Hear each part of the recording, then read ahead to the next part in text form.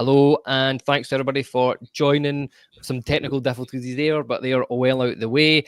Welcome to the Wednesday podcast presented by This Is Ibrox. I'm your host, Kyle McLean, and as always, I'm joined by two fantastic guests. Firstly, it's Ross Chalmers. How are you doing? Are you on the come down after the weekend after Dessers getting a hat-trick and wearing the armband? It was a great weekend, wasn't it? Love seeing Cyril Dessers smashing 3 goals at Ibrox. It's what we're all looking for. No, I'm good. Thanks, Kel. I'm looking forward to tomorrow. This is, I think, one of those games where, I always want these type of ties in European, seasons. I just want to see Rangers come up against, the biggest clubs in the world, and Manchester United is one of them. So, yeah, it's one of those weeks where the buzz for the game, continues to grow every single day. So yeah, I'm in a good mood. I'm looking forward to it tomorrow night. It's been a long time since I think we've been able to say the buzz for the game's growing every day, which I think shows you maybe the mood in the Rangers camp at the minute. And my other guest this evening's Ian Mitchell, and I've got to ask you, are you in the come down after the weekend after seeing not only Lovelace but Rice and Curtis getting an appearance? A real high for me, to be honest. I mean, what a buzz seeing those guys in finally. No, I'm good. As Ross said, excited for tomorrow. It's a weird one because I think when this draw was made, this was like the free hit, the one you're never going to win kind of thing. But now it seems to have gone a total 180 and everyone thinks we're going to win. So it's a weird one. But no, I'm looking forward to the game. It's a good occasion. It's a kind of glamour tie. It was the glamour tie when the ties came out for me. And hopefully a few of our players get in that shop window. Can only help us. I think we're all looking forward to it tomorrow. But on today's show, as always, in the wonderful world of Rangers, there is plenty to talk about. We'll get the guys' thoughts on Rangers' Europa League campaign so far. How good a time is this to be playing Manchester United? We'll look at how Rangers will line up, the weaknesses in the Man United team that Rangers could exploit. Maybe some comments in some of the presser from Carrington, but I don't think there was much revealed there, and then it would be remiss of me, seeing as it is January, not to talk about transfer activity, including Matondo, Lowry, and some other business.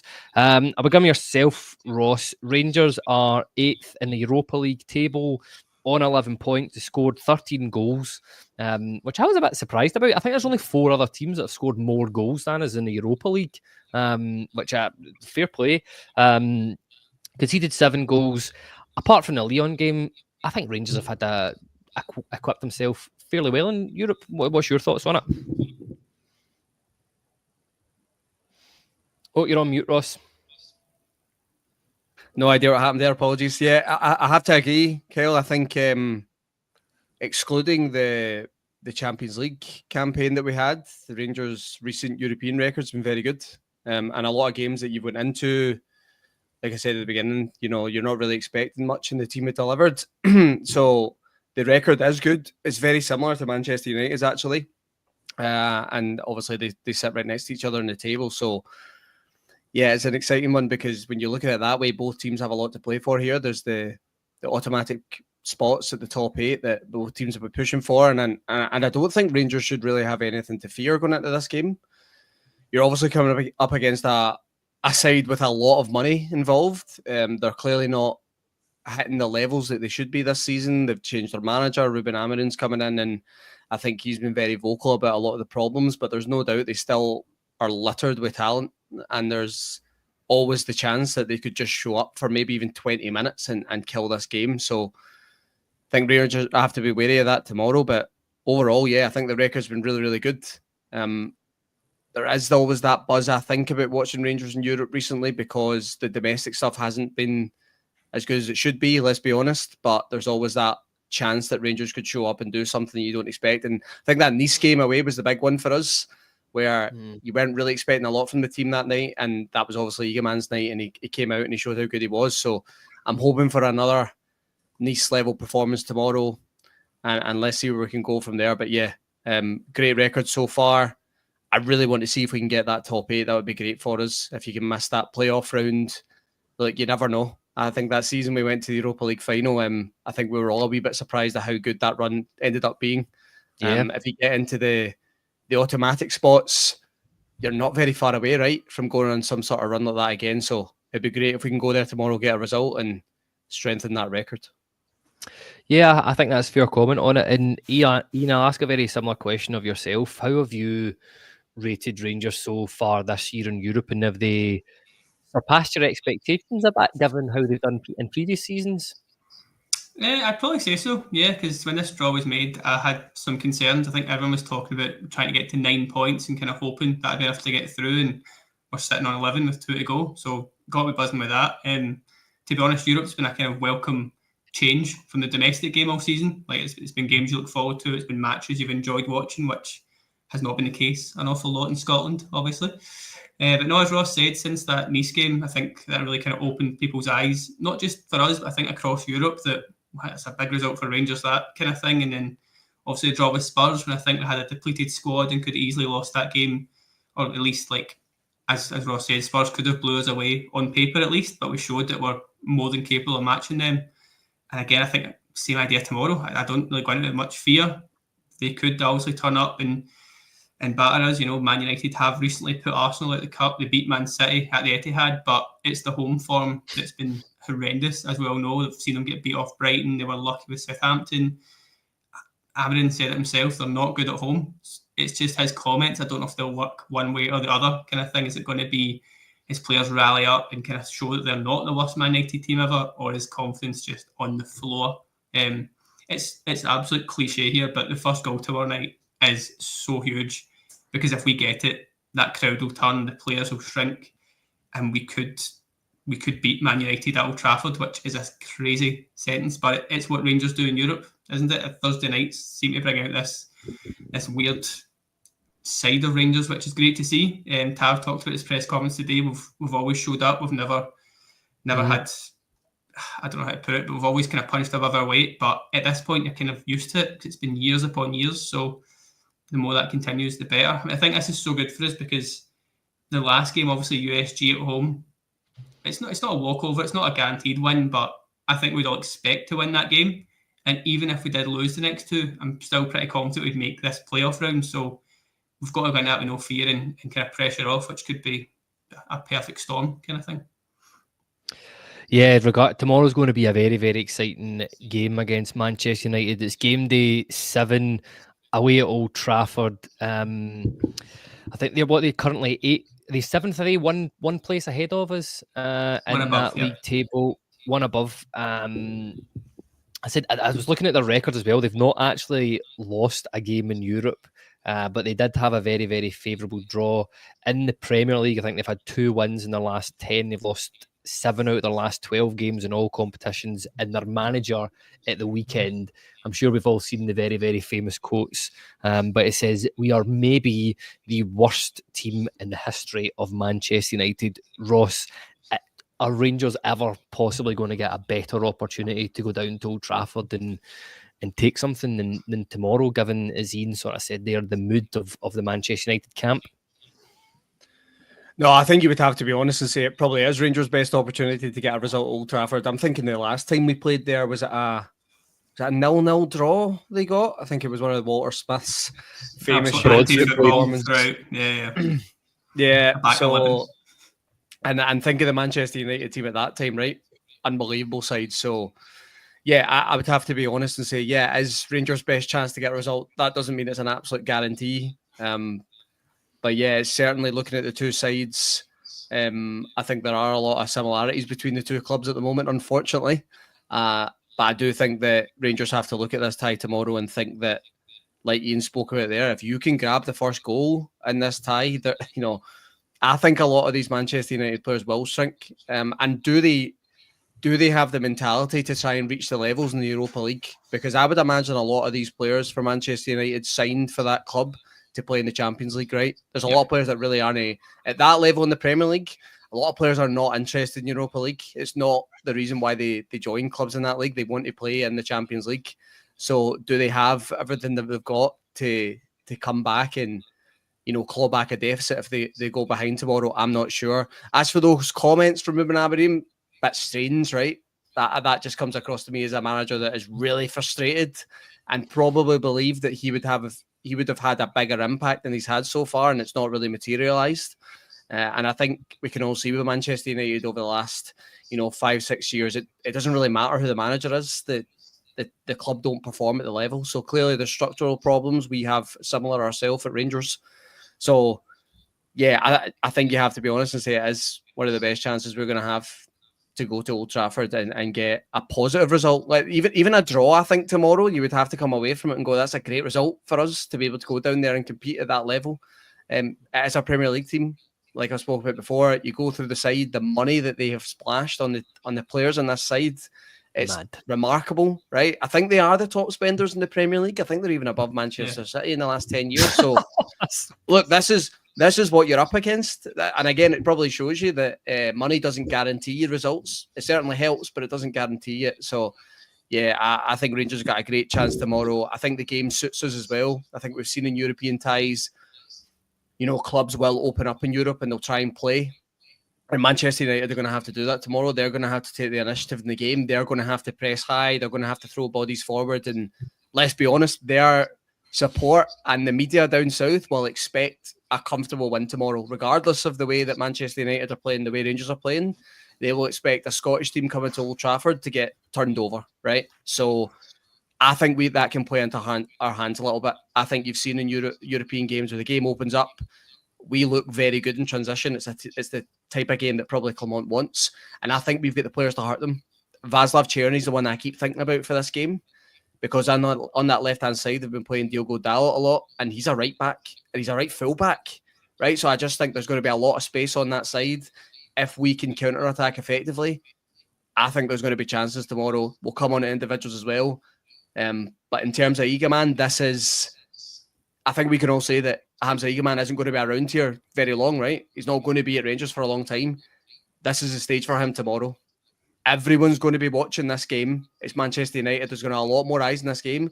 This is the type of game for him where if he goes and he has an incredible performance, the big boys are going to be looking, right? So these are the times that you need to stand up and show that you can play at that level. And I think we're going to hopefully get the benefit of that. And I think we've seen a lot of these players in this squad. They do respond to the big European nights. They enjoy it. They thrive in it. The atmosphere suits them. The gaming suits them. The environment, whatever. And hopefully we can get a wee bit of that tomorrow. And yeah, I'm really looking forward to it. Yeah, again, totally agree with what you've got to say there. Ian, the next sort of comment I want to make is, obviously, we've touched on it, that home crowd have really got on Man United's back at times, and we are very familiar that at Ibrox. We know how much getting on the team's back can have an impact on them. How should Rangers approach this game? Are you expecting Rangers, because I think, I was going to say traditionally, but more often than not, and a lot of the games that we played in Europe away from home, we've not had an awful lot of the ball, but we've worked really, really well with it. Are you expecting more of the same tomorrow? And how do we exploit it so that the crowd is on Man United's backs? What have we got to do to frustrate them? I think something that this Rangers squad has frustrated me about over the years is that it is built for Europe in a lot of ways, like especially like midfield. It's not built to dominate a ball and open up a team, that kind of thing. It's more hustle a team, win the ball back and move it on quickly. And that is what Clement's, I know he's not got a philosophy as such, but that's what he does try to do, just get the ball forward, direct, and go for teams at times. And I think that's what could make this so perfect. Like, obviously, Ross has touched on Man United and Dalot as being a kind of weak link. I think the whole defence has issues on their side. This formation that Amarin plays with, like a back five, but it's also a back three. I mean, I've always campaigned that Rangers should have played a similar style as a back five, but Man United don't have the players to do that. It doesn't work. And then you look at the midfield and guys like Eriksen and Casemiro that might be playing, they can't run. So if you're putting them up against a Raskin and a Barron, they'll two be on top of them all night. Like, I know Ross touched on Eagleman there and Černý being kind of main men, but Raskin for me is so key in this match, not only for what he can do in the 90 minutes, but teams will be watching this, because that game against Spurs, Raskin's performance was one of the best performances I've seen from midfielder at Ibrox for so long.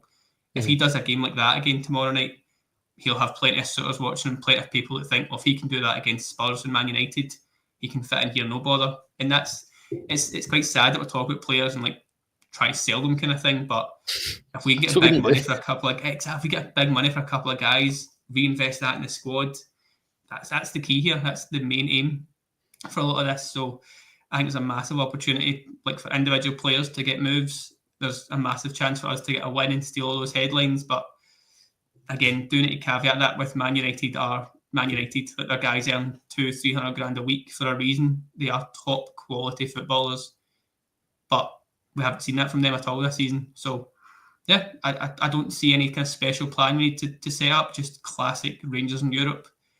Clement said today he's not going to be like that defensive manager who just sits back. I'd agree with that. I don't think there's a point of doing that, because if you do let Man United onto you, they will score goals. Like Bruno Fernandes is the one for me that's still in amongst all the chaos of Man United. He's always a very good footballer. He always creates chances. He can score, he can assist.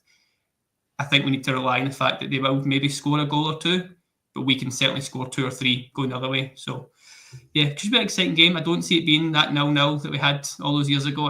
It's going to have goals in it for me, but really looking forward to it. Yeah, no, well, that's the one thing we know. If it's half as good as the Tottenham game was, then it'll be a good game. Ross, the next point here, I just want to bring up this wee comment from Aldo RFC. He said, Man U goalkeeper sucks. Put more pressure on keeper and he will blunder. I want to talk about Andre Onana. I'm not sure who the goalkeeper will be tomorrow, but I'm going based off of that. He's played all 6 previous of Man United's games, and the one thing I know of the Man United manager, he keeps saying he's not going to change things. I was looking at his stats at the weekend against Brighton. I think it's 27% long pass accuracy, 52% pass accuracy, 3 goals conceded, 1 error leading to a goal, and he had 0 saves. That has to be something that we are exploiting. How do Rangers get the most out of this? Is it just peppering his shots with goals? Is it anticipating, him not finding a man when he passes it? I can believe that. A 27% long pass accuracy. That to me just blows my mind. How do we take advantage of it? Shoot. Just repeatedly shoot. That's the way to go about it.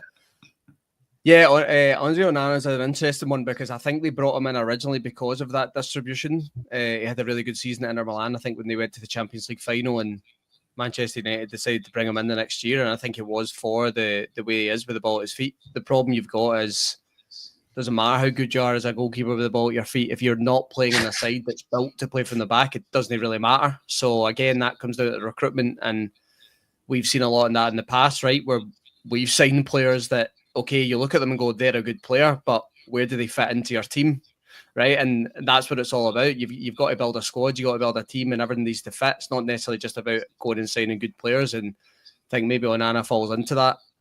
The long pass kind of things. I wonder if that comes down to Ruben Amorim asking him to play a wee bit longer now, because they maybe don't have the structure to play from the back and they're trying to be a wee bit more direct. So that's maybe something to watch tomorrow night. It might be a slightly different kind of outfit that you would expect to play in Europe, where everyone's comfortable and want to play from the back. Maybe Manchester United might be very direct tomorrow and just try to get it into the likes of Bruno Fernandes and Amad Diallo and behind the Højlund, Rzouki, whatever. They might go direct. So it's maybe something to look at. But overall, I think we have to look at it as a positive that their number 1 goalkeeper is coming into the game not in very good form. Unfortunately, Jack Butland wasn't in the best of form before he got injured as well, and I predict he will come back tomorrow. So maybe both sides have their slight concerns over their goalkeepers. No doubt, again, look, good player in there, obviously. And the funny thing is with Onana, obviously he's got the kind of clangers and things in him, but he's also got some remarkable saves in him as well. Like, I've seen several times this season, he's made ridiculous saves. So he's definitely capable of that at the same time.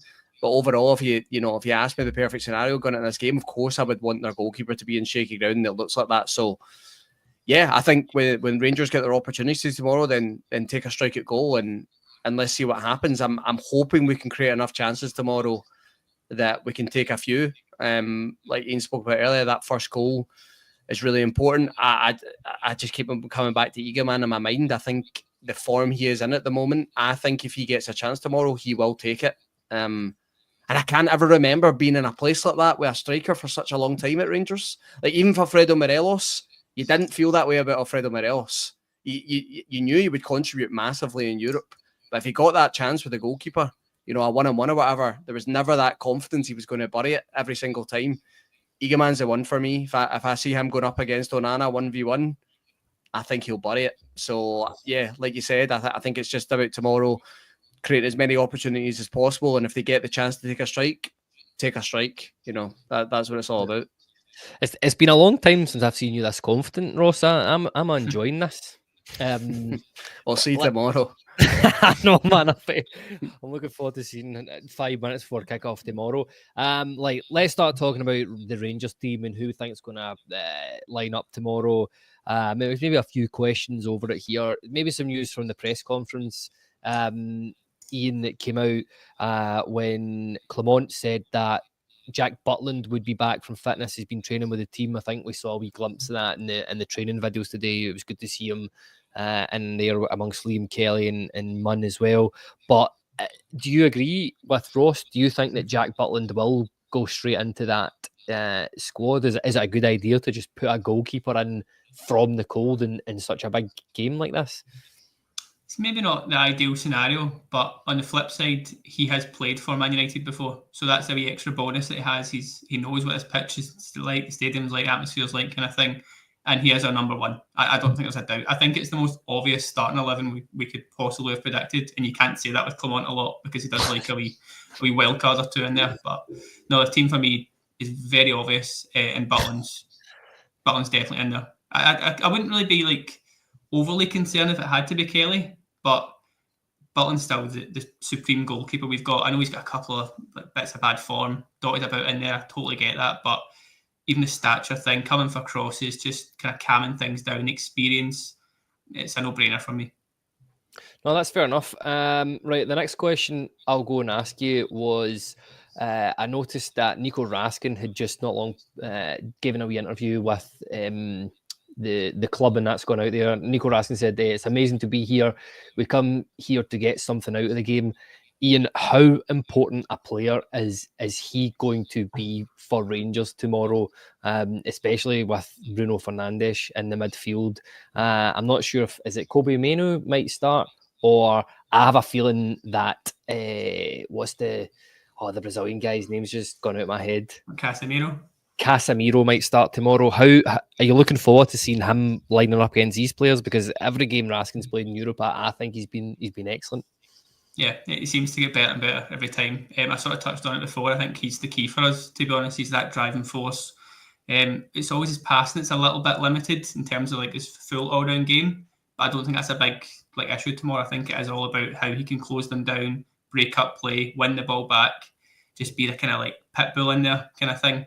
And it's so key to stop Bruno Fernandes. And I don't know if it'd be more his job or Barron's, if that's kind of the two I'm expecting to see in midfield. So a little bit confused at who we kind of have the more defensive role of the two, or if they just both kind of sit. So it's one thing I'm not too certain of, but I think both are pretty important to just be running for 90 minutes, breaking up play. Because like you say, it could be Casemiro, could be Mainoo, could be Eriksen. Because it's Europa League, you might kind of rotate a bit more than usual, but I think either way, I'd be quite confident Raskin can handle himself in there. And like I touched on, if he does that, that's two big English Premier League teams that you'll have good performances against. Like that doesn't go unnoticed these days. So could certainly be a next one for the big move. I'd hate that, to be honest, because he's probably my favourite player at this point. He's like the main man in the team for me, but it's just the reality. He would want a bigger move. I'm sure he's not hidden that before. I think he said he wanted to play for Chelsea at one stage of his career, but I'm all for that kind of thing. People have got to use us as a stepping stone in games like this, fixtures like this. It's the key moment. Like, these teams aren't going to care how you play against Ross County and Motherwell. They care about how you do in Europe, how you do in the biggest stage against the toughest opponent. So it's a huge night for him. Kel, maybe the first negative for me tonight, but that Rangers midfield tomorrow actually concerns me in this game. I think Mohamed Diamondi's been probably one of the standouts for us in Europe because, again, I think these games suit him in his skill set. And something that he does really well in these games is his ability to retain the ball. And I think that's something we're going to miss tomorrow in midfield, and it might see us be a wee bit more direct in terms of we might bypass it a little bit and just try and get it into forward areas and play off. Because I don't see a Raskin or a Barron as either player that are going to, if you're going to press them high, Are they going to have that ability to turn out and keep it? Raskin, maybe, but again, I don't see that from the likes of Connor Barron. It's not me saying he's not a good footballer. They all have their different skill sets. So that's maybe something tomorrow that I would imagine Manchester United will target, because they'll probably look at the two profiles of the two midfielders and think, if we put them under pressure, we can nick the ball off them. So that's maybe something to be aware of tomorrow. Like Ian said, will they maybe tailor it slightly, and they'll have the two of them as kind of sitters, and they'll bypass them and they'll try and play off, and they'll maybe sit Barami a wee bit deeper next to them. I'm not sure. But that is maybe something that I think maybe goes against Rangers tomorrow. I think maybe overall domestically, a lot of people look at Mohamed Diamandé and think, if you take him out, how much are you missing? But I certainly think in Europe, him not being in and around this, I think you will see it at times tomorrow when you expect Rangers to keep hold of the ball and progress. They might turn it over a wee bit quicker than you'd expect because you're missing that type of midfielder. So I think that's something that we'll need to be aware of.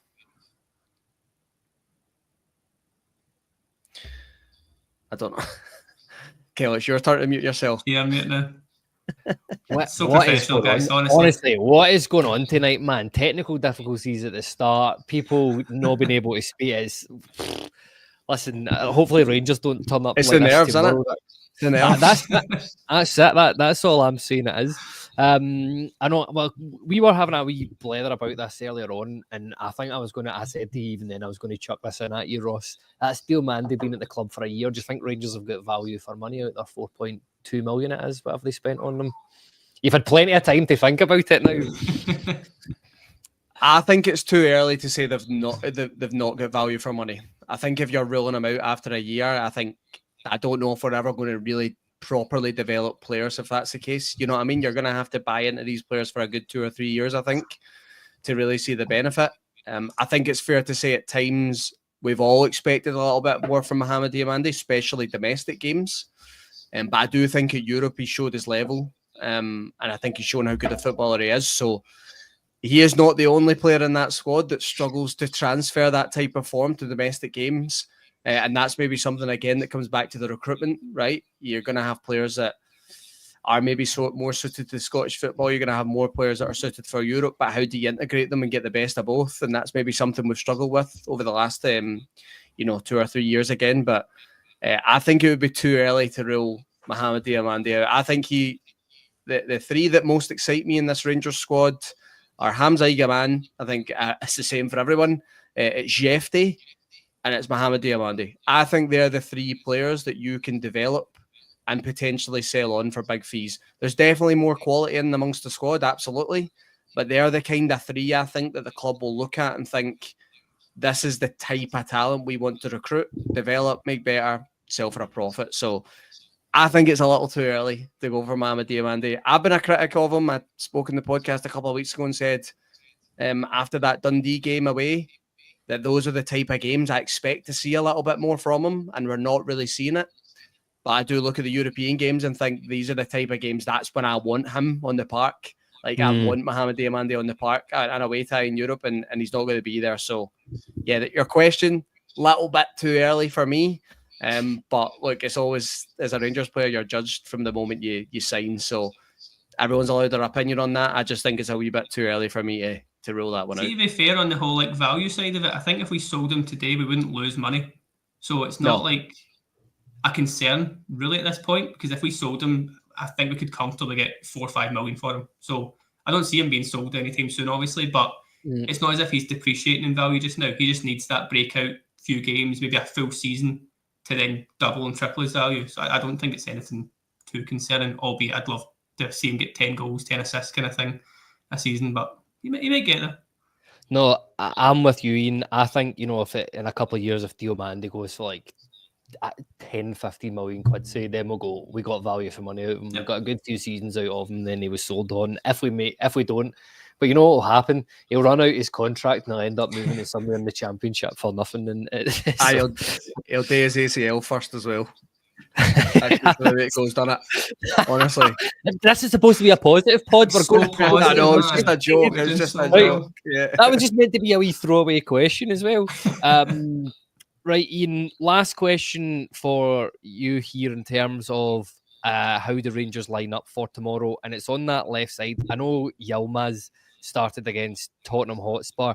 Do you have any concern him being a defender. We clearly need to press Manchester United tomorrow. I mean, Brighton got success out of it. Southampton got success out of it. Like, it's something we need to do. Or can you see him going a bit rogue and, dare I say it, chucking in a Curtis, a Lovelace, or even a McCausland or something like that? Because there's nobody really else for me that can go on that side. No, this is why I say I think the team's so obvious tomorrow. It'll be Jeffrey left back, Ridvan left wing. But I think the big positive there is also talked about Bruno Fernandes, and he is, for me, he's the best player. But the most in-form player is Diallo right now. He is flying. Albeit they're not winning games as much, they're not scoring as many goals, but even the hat-trick against Southampton, he just won the game himself recently. So the fact we could have two sort of defensive-minded players up against Diallo, I think, is quite a key positive for us. And again, it is kind of limited because, like you say, if it's not him, it's Curtis, Lovelace, or McCausland. I don't see Curtis or Lovelace getting anywhere near a start. They might get a few minutes at the end, but McCausland, sorry, I don't see it. I don't see him having any good input at Old Trafford, to be brutally honest. So, not really concerned about it because I think it's a positive. Like I say, Ridvan going forward is not exactly a massive threat. He's not going to win a header. He's not going to score a goal, I wouldn't think. But if you can then focus your attacking play on the right-hand side with Tav and Czerny, kind of the tactics sort of handle themselves in a way. The one kind of thing there is, again, like I say, the first 11's pretty straightforward and it's pretty strong, but our bench tomorrow night is not going to be pretty. Like there's not a lot of first. That's harsh, McCausland. I mean, McCausland is definitely going to get some pitch time, you would think, because looking at the rest of the bench, it's Dessers. I don't imagine Dowell will feature because of the whole he's been told to leave thing. So, I mean, he might take a place on the bench, but beyond that, it's pretty much B team players. I saw pictures of Tom Lawrence back in training, but again, I don't expect him to be flung back into the squad given how long he's been out. So there's going to be a few, I would say weak players, that's a bit harsh, but a few inexperienced players on the bench for sure. And that just makes me think the first 11 is so obvious. The only thing about Ridvan that I would potentially say that he would maybe suit this game is because he can carry the ball. He's not a left winger, right? But he can carry. We've seen that even when he's playing right back, right? His ability to carry the ball is actually very good, regardless of what side he's on. So I wonder if that's something again that comes into it tomorrow, because if you are going to try and play in the break and try and play in transition, you need guys that can carry the ball long distances, beat a man. And okay, maybe Ridvan, when he gets to that final area, isn't going to have that clinical side of it, but you're hoping once you progress up the park, someone else can take over those duties. So I agree with Ian on that one, Kelly. I think Ridvan on that side makes complete sense and done really well, obviously, against Spurs. So I think that's the one that the manager will go for tomorrow. Yeah, I think so too. Now the two of you have kind of talked me into it, and I'm going, I don't know who we're going to play in that left, and you were just like, Ridvan on it. Duh. So there we go. Like one last question, right? And it's about the centre backs. We know Balogun was back fit, Proper's back fit. The two of them, maybe Balogun is, I was going to say they lack a bit of pace, but maybe that's me just being a bit ageist there. But could you even see Nsiala just sneaking in there? I'll ask that of you, Ross. He's not in the squad. Oh shit! Yes. He's not. Right, so that's just not happening, right? So this is another one that's obvious tomorrow, right? It's got to be Proper and Balogun. You've not got any other options. It's got to be them, doesn't it? That's kind of bummed me a wee bit there, right? So we're all agreed that the squad's going to be Butland, Tav, Proper, Balogun, Jefte, Barron, Raskin, Czerny, Bayrami, Yilmaz, and Egaman. Yeah, right. I'll get a wee score prediction. I'll come to you first, Ian, and you can let us know why you think that'll be the score. And in fact, you're not getting away with that easy, well. You can tell us how your day is going to look because we know you're going down tomorrow. Yes, first thing in the morning, I'll be travelling down. I've got a tour of the Etihad coming up, so that'll be nice. Can I see some nice facilities? But He's got the rivals in the game. That's the way. Yeah. They wear blue, mate. Yeah, kill some time before the game. No, I see it being a high-scoring game. The bench does worry me because if we get an injury early on or players do run themselves into the ground, I think we'll end the game with a much weaker team than starting the game. But hopefully at that point we've got a lead to cling on to and it's just kind of backs against the wall maybe. But I don't see it be an obvious win for either team. I think it could absolutely be a draw, but I'm going to put my blue tinted specs on and go 2-1 Rangers. I think this is Igaman's stage. I think he gets a couple of goals. I think he shows Europe what he's all about. And again, I think that starting 11 is strong enough to take something away from this. But again, like I say, Man United have incredible quality, so it is a bit mental that we're all probably thinking we might win here. So I get that, but why not? Yeah, no, I think that's a fair comment. Ross, what about yourself? What gives a wee score prediction for tomorrow and why? Yeah, hopefully I'm wrong, but I think it'll be a draw. I think we'll go there and get a draw. I think, unfortunately, you might see a little bit of Man United's quality at stages, and I'm not sure we've got the defence at the moment to be able to deal with that. I think it'll be 2-2. I'm the same as Ian. I'm absolutely convinced that Hamza Igaman will score tomorrow. It actually wouldn't surprise me if he gets a double. I just think that's all the time going into these games that he's got a great chance. Honestly, that's the way I'm feeling about this point at the moment. So, I just feel I'm just not sure we've got enough really to win the game, but I certainly think we can go there, make a good account of ourselves, and I really do think we can come away with a result tomorrow. So yeah, I'm going to go for a 2-2 draw. Yeah, I think that's fair enough. From my point of view, is you both kind of touched on it. If Man United have much better players than Rangers, and if both teams play to their maximum potential, there's no contest. Man United win it all day long. But the thing about it is that since Amarin's come in, even before that, Man United have not been playing anywhere near their full potential. We are one of the few things I think we're actually quite good at is pressing teams in Europe, and we know that Man United are not good at handling a press. I mean, I'll fully put my hands up. I've not been watching as much as the English Premier League as what I normally do this year, but the bits and bobs that I have caught, I mean, they just don't look. There's so many similarities, like on and off the field at Man United, and I was laughing so much as well because I was looking at Xerxes and going, "There's a striker that's getting vilified." We'd never. Oh no, we have done that to one of our own. He's been talking about Balogun's been talking about it in a podcast, all the off the field stuff as well, but. I don't know if Rangers go, and you have both touched on it. Igaman is a complete unknown today, apart from wait to butcher his name, Mizraoui. Nice.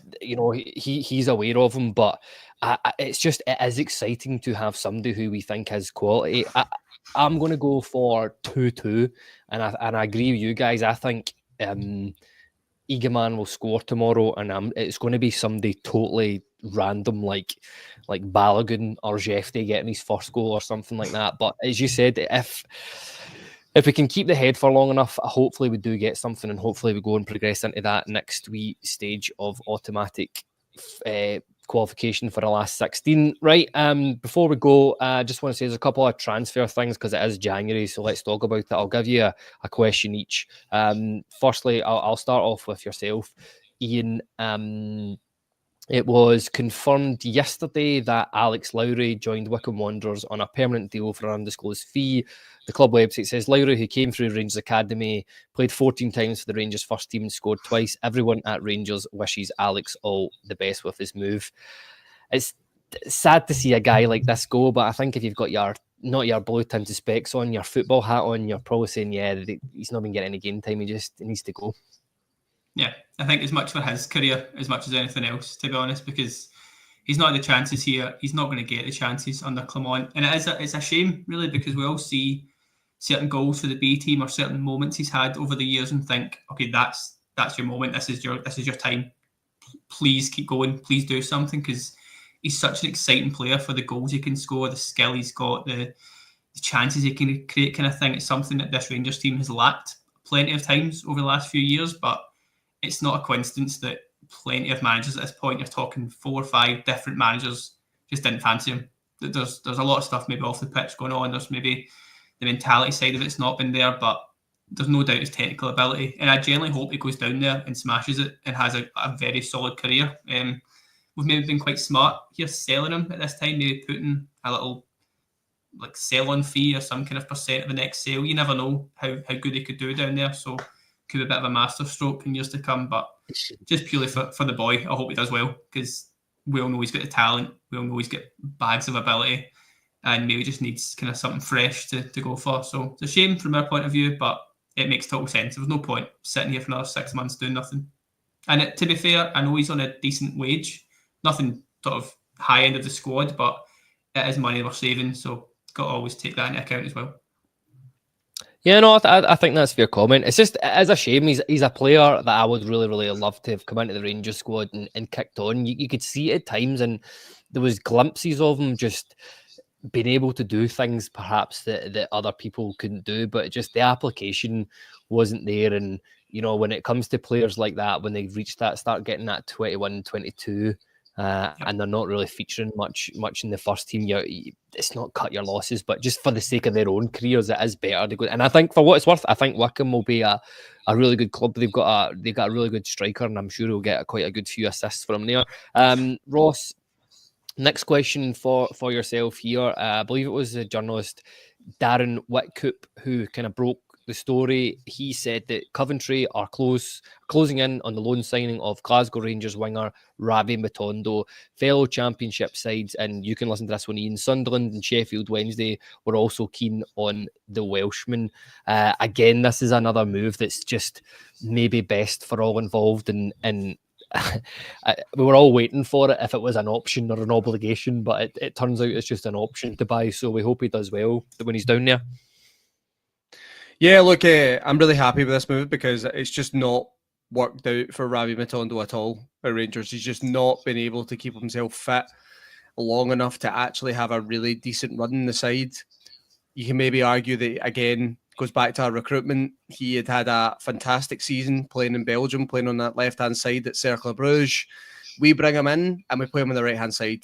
You know, it's like, where's the understanding of the recruitment? So we didn't give him the best chance to start with. But after that, he has had opportunities on the left and he's just never really done it enough consistently. And again, the main thing that we've had a lot of players now is availability. He's just injured all the time. He's rumoured to be on north of 25 grand a week. We cannot afford to be paying someone that amount of money that can't get fit and you know, be consistently adding minutes into this squad. So yeah, I'm really happy with this move. I actually think the Championship's a really good move for him. I do think it's a league that will suit him, and I don't think Coventry have been at their best this year. Had a really good season last year, but they've sacked their manager this year. They've brought in Frank Lampard, so thank you, Frank Lampard, for saving us here. But I do think the league will suit him.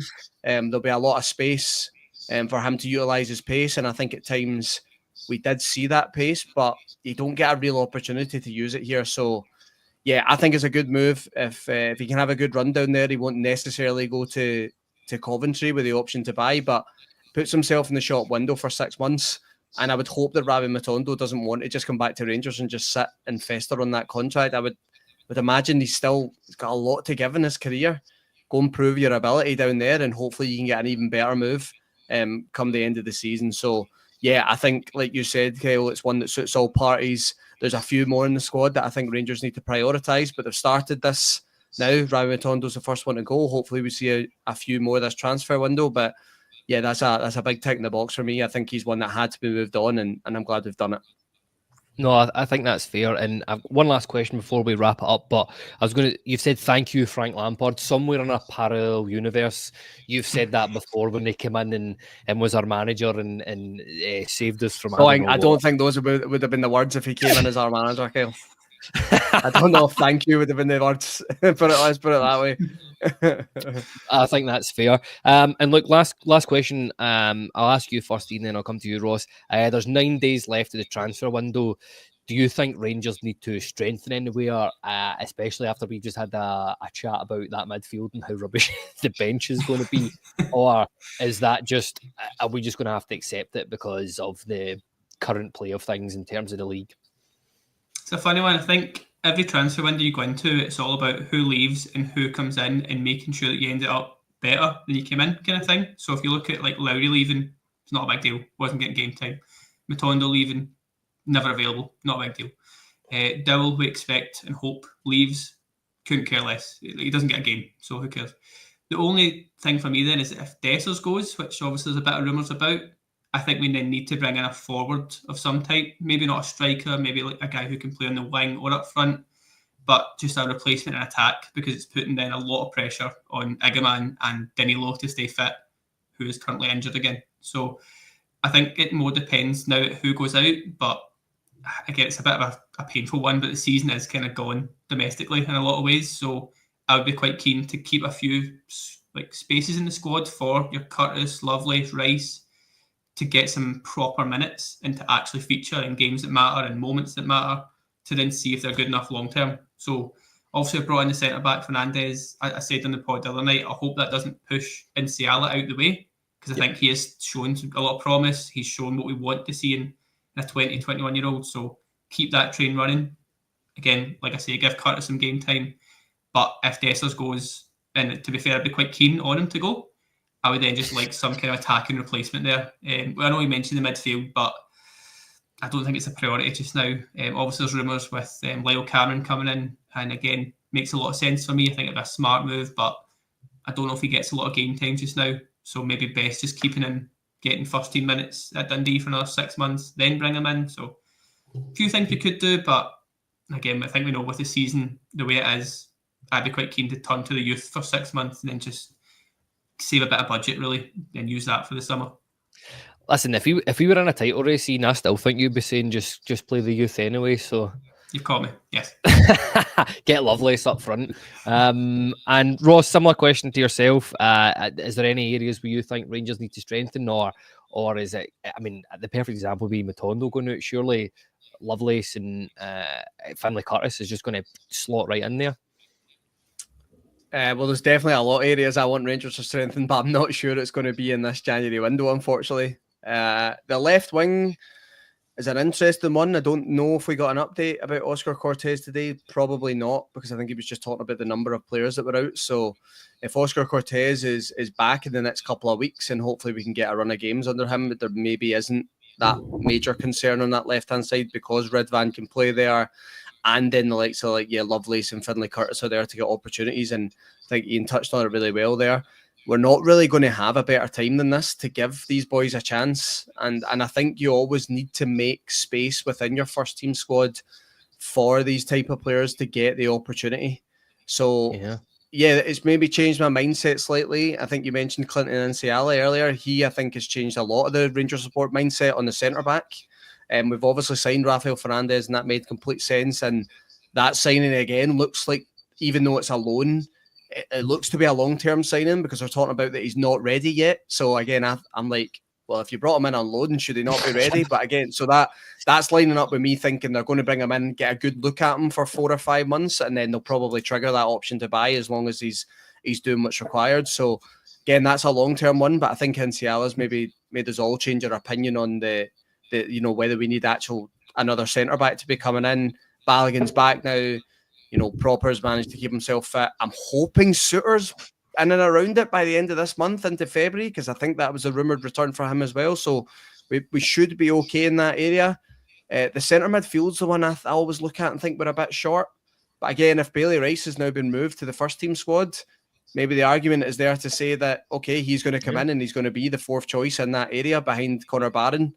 And we try and give him minutes wherever I can. So, yeah, I think if I was looking at it, if I was being honest, I probably do think we need a few things in a few areas. But ultimately, I think we all know that the kind of financial situation of the club right now, it's not the best it's ever been. And it looks like they're kind of prioritising getting players out the door that, have been a big drain on this budget. And hopefully the club are doing a lot of the kind of groundwork at the moment to move these players on, and you get to the summer and you're going to have quite a lot of money to spend, and it gives whoever the manager a lot to play around with this squad. So yeah, I'm not expecting a lot more in this window, Kyle. I think this will probably be it, unless you move the likes of a Lawrence, Dill, and a Cyril Dessers on. And I won't repeat what Ian said, but totally agree. If Cyril Dessers go, he should go, by the way. Absolutely, if there's interest, he needs to go. But we do have to replace him in some capacity. I'm not sure it's going to be of the same value that Clement was maybe talking about, that we need to bring in the same level, quality and things like that. I can't see that, right? It's probably going to be a loan deal. But ultimately, if the club can make money on Dessers and that sets us up better for the summer, they should do that. Yeah, no, it'll be interesting to see how the next 9 days pan out. I think it goes without saying there'll be more outgoings than there are incomings, won't there? But listen, that just about wraps up there. Thank you to everybody for tuning in and watching. I know it's a difficult one, especially when there's Champions League football on. But just remember, give us a like, subscribe, turn on those notifications. Thank you to both my guests, and we'll be back tomorrow with, in fact we'll be live from Old Trafford with Tommy and Craig, who are covering that game for This Is Ibrox. So good luck to them, and take care, everybody, and we'll see you all again